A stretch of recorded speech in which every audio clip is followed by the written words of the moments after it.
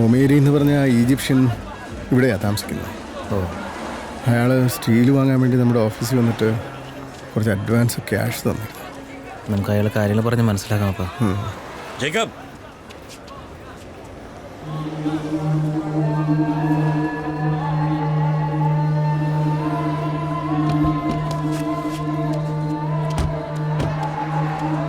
താനെന്താ എന്താ ഫോൺ എടുക്കാത്ത? മുരളി, ഞാൻ നേരിട്ട് വന്ന് സംസാരിക്കാമെന്ന് വിചാരിച്ചിട്ടാണ്. നേരിട്ട് വന്നല്ലോ, സംസാരിക്കടോ. அன்னைக்கே உன்னை கேட்டிருந்தேன், அந்த அஜ்மலா நம்மளா மான்னு. அப்போ நீ என்ன சொன்ன? 100% விஸ்வசிக்க, 100% லைக் அ பிரதர். பிரதர் நல்லா வச்சான் ஆப்பு உனக்கு. இத்தனை வருஷமா இந்த நாட்டில் இருந்துக்கிட்டு பிஸ்னஸில் யாரை நம்பணும் யாரை நம்பக்கூடாதுன்னு கூட தெரியாமல் நீ எல்லாம் என்னத்துக்கடா பிஸ்னஸ் பண்ணிட்டு இருக்க போட்ட. മുരളി പ്ലീസ്, കുറച്ച് മര്യാദയ്ക്ക് സംസാരിക്കണം. என்ன நீ எனக்கு மரியாதை கத்து தரியா? You gonna teach me how to behave? காசு கொடுத்துட்டு பேசுறா. 3.5 மில்லியன் மேடிச்சோண்டு போயிட்டு நீ என்ன மரியாதை படிப்பிக்க பாடா மான கேட்டவனே. മുരളി പ്ലീസ് விடுறா, பேசி விடு. വേണ്ട, don't create a scene. എത്രയും പെട്ടെന്ന് എന്റെ കാശ് തിരിച്ച് തന്നില്ലെങ്കിൽ നിന്റെ ആ ഗ്യാരണ്ടി ചെക്ക് ഞാൻ പ്രസന്റ് ചെയ്യും. അപ്പുറം നീയും നിന്റെ കുടുംബവും അകത്ത് പോകും. സാവടാ ഉനക്ക് മനസ്സിലായോടാ?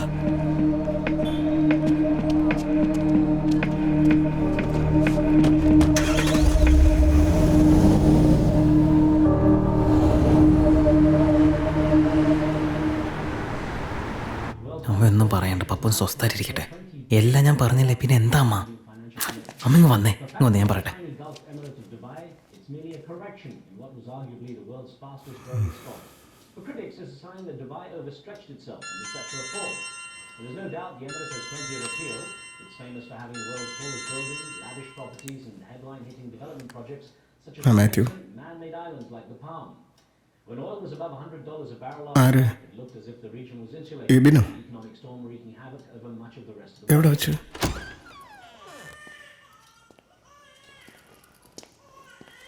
എബിൻ,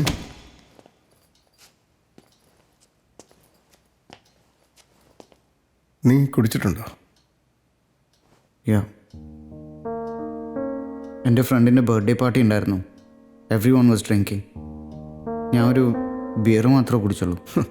കുടിയന്മാർക്ക് കണക്കൊക്കെ. നീ റോഡിൽ കിടന്ന് തല്ലുണ്ടാക്കിയടാ.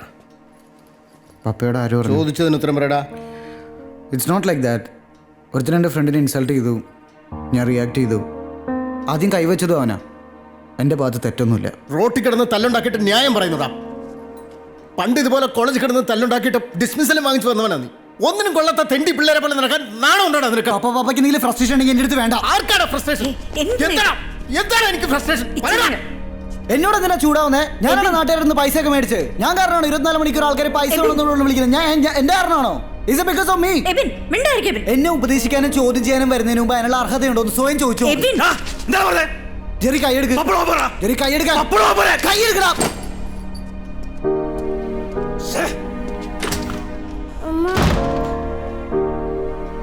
അയ്യോ കുഞ്ഞ്.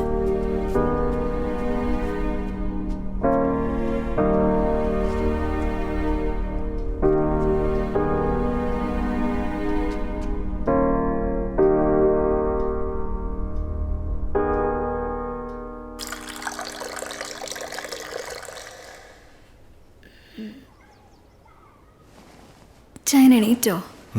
ഞാൻ പോയി കാപ്പി ഇടാം. ഇന്ന് ഞാനും അടുക്കളയിൽ കയറി.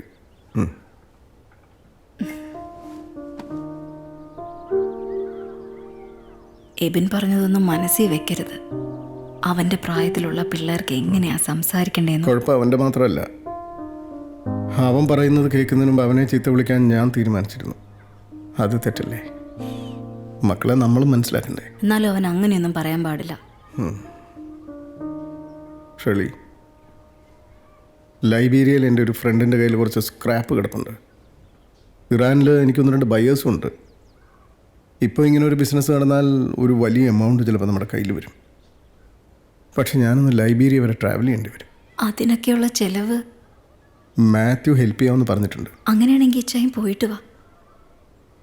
പക്ഷേ ഈ സമയത്ത് നിന്നെ മക്കളെ ഇവിടെ വിട്ടിട്ട് ഇച്ചായോ, ബിസിനസ്സിലുള്ള ലാഭവും നഷ്ടവും ഒക്കെ കണ്ടു വളർന്ന നല്ല ഉശിരുള്ള അച്ചായത്തിയാണ് ഞാൻ. കടക്കാരെയൊക്കെ ഞാൻ പറഞ്ഞു നിർത്തിക്കോളാം. എൻ്റെ മുമ്പിൽ ഒരുത്തനും വാല് പൊക്കില്ല. ഇച്ചായൻ ധൈര്യമായിട്ട് പോയിട്ട് വാ.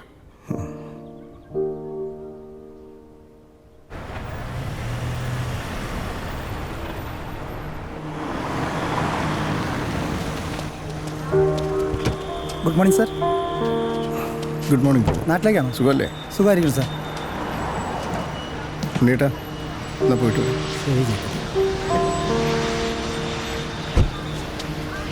പ്രമോദ് സാർ. വേണ്ട, ഞാൻ കൊടുത്തോളാം. ട്രോളി വേണോ സാർ? ഏയ് വേണ്ട.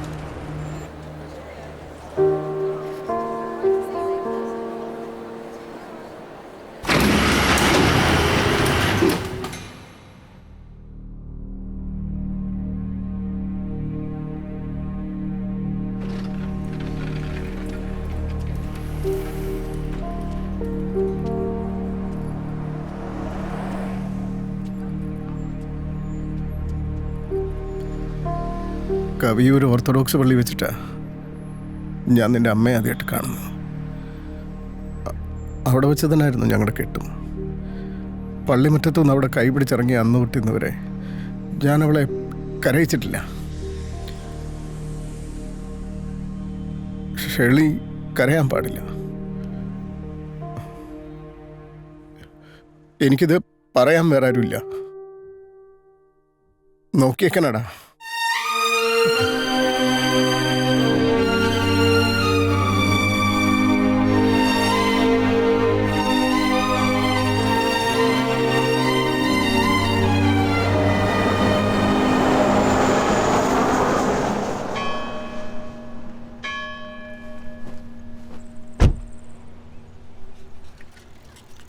ഇന്നലെ രാത്രി മുരളീമേനോൻ വിളിച്ചിരുന്നു.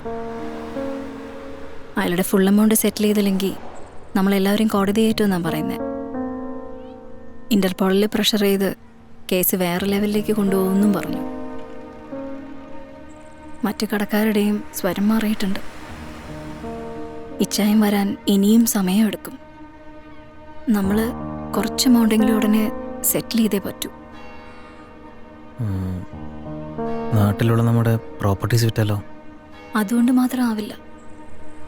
നിങ്ങളുടെയൊക്കെ കല്യാണത്തിന് വേണ്ടി മാറ്റിവെച്ച് FD ഒക്കെ ബ്രേക്ക് ചെയ്യേണ്ടി വരും. പിന്നെ നമ്മുടെ ഇവിടെയുള്ള പ്രോപ്പർട്ടീസും. ഇവിടെ നമുക്കതിന് മാത്രം നമ്മുടെ വീട്